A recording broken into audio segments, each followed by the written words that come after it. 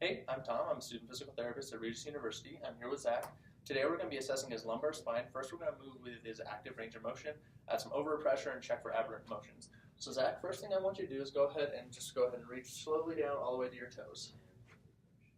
Good. Any problems with that? Nope. We're going to add a little bit of overpressure. How does that feel? Still feels fine. All right, come on back up. And then take a step to your side so you can extend back and look up to the ceiling. Good. Does that feel okay? And then we're going to add a little bit of overpressure. Feel all right? Yep, still feels fine. All right, we're going to do the exact same thing. I'm going to check for segmental motion and lumbopelvic rhythm. So go ahead and reach down your toes again. Good, and that was a good top-down approach, and then come back up. Good, and good bottom up. All right, next we're going to check his lateral flexion. So if you wouldn't mind, take your left hand and just slide it down your left pant seam. How does that feel? Feels fine. All right, we're going to add a little bit of overpressure. Does that feel okay? Yep. And then we're going to go to the other direction. Feel okay? Yep. Good. And go ahead and turn completely around so the camera can see. Okay. And we're going to do the exact same thing. We're going to check for segmental motion in his spine. Terrific. And go the other way. And that looks good. We're not seeing any abnormal hinge points or aberrant motion. All right, Zach. The last thing we're going to check is your rotation. So go ahead and put your arms on your shoulders. Perfect. And I want you to go ahead and turn all the way one direction for me. Okay. Does that feel okay? Yep. All right. Now we're going to add a little bit of overpressure. Does that feel okay? Yep. Good. In the other direction. How's that feel? Good. Okay. Yep, still feels fine. All righty. Perfect. Now we're going to go ahead and move on to our examination. All right, now we're going to move on and get some objective measures. So we're going to be measuring using inclinometry to see how his lumbar spine moves and get some degrees of motion for that. So, Zach, if I can actually have you turn around. And first we're going to get lateral flexion. We're going to use T12 and S2 as our landmarks. I already marked those previously to maintain accuracy in the movement.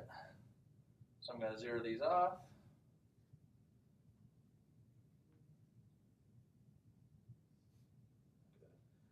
All right, Zach, if I could have you slide your right hand down your right pant sleeve. Perfect, and relax. And then I'm just going to go ahead and subtract the difference from those two and record it. And then we're going to do the other side, zero them off first, and we'll have you go down your left pant seam. And relax. Good. Go ahead and record the difference between those two. All right, and then while we're here, actually, I'm going to have you go ahead and extend back. Give me just a moment.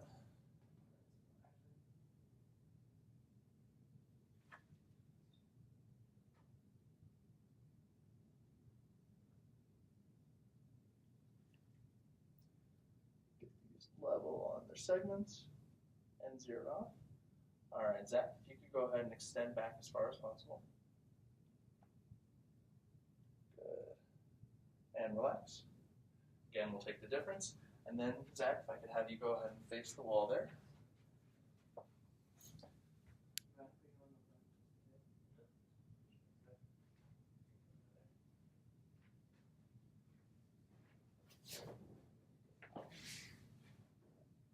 All right, and then flex forward as far as you can.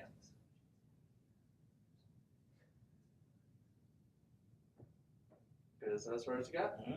Perfect, and you can relax. And then again, we just record the difference between all of those, and then we have objective data regarding his lumbar range of motion. All right, next it's going to be important to assess how those bones move on top of each other. So we're going to be checking his innominate bones and how those move on the sacrum. So we're going to start with the Gillette test. I'm going to line up with the PSIS and S2, and go ahead and march your right leg up for me, nice and slow. Good. A little bit higher. Good.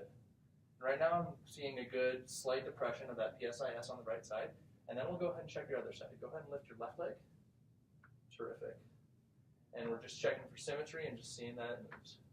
All right, Zach, and now I'm going to check to see how they move when he forward flexes. So go all the way down to your toes for me. Good.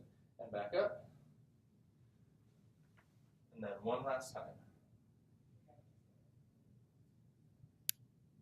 Back up. So we're seeing a good symmetrical motion on both, and this is another good chance to check for aberrant motion when he's moving in lumbopelvic rhythm. All right, now we're going to finish off with the active motion. We're going to check how his pelvis and core move.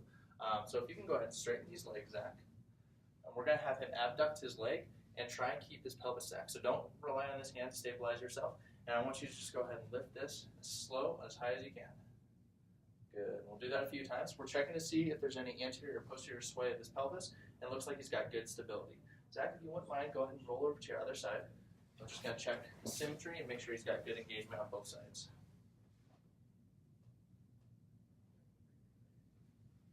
Good, and he's not cheating, uses his hands. Good bilateral stability there. All right, Zach, if you wouldn't mind, go ahead and lie down on your stomach for me. This would be ideal if we had a face hole or a better table, but this is the setup we're kind of stuck with. And right now we're going to be checking the spring test for his lumbar segments to make sure they translate appropriately and have a good end feel. So we're going to come off of L4, find L5. I'm just going to make sure that those all translate and rebound smoothly. Let me know if there's any discomfort, Zach. Okay.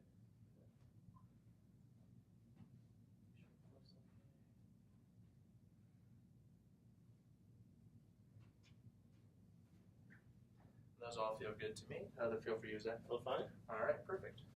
All right, and finally, we're going to be doing a passive intervertebral segment motion test, just to see, make sure that they move appropriately. So we're going to find L5S1 and L4S5, and we're going to passively flex him and feel the gapping caudally as it moves up the spine. And then we're just going to passively move up the lumbar segments, making sure that we feel them opening distal to proximal. And then as you move up, you're going to need to increase your flexion. All right. And then we're going to do the same thing and apply it with rotation.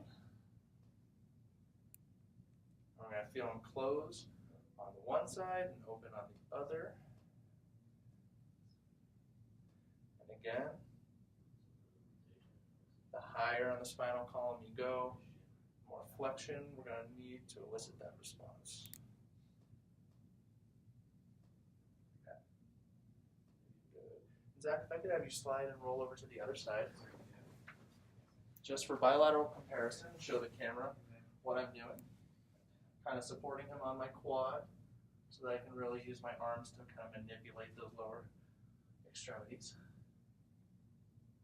Again, not much movement needed down distally, gradually increasing as I move up the spinal column.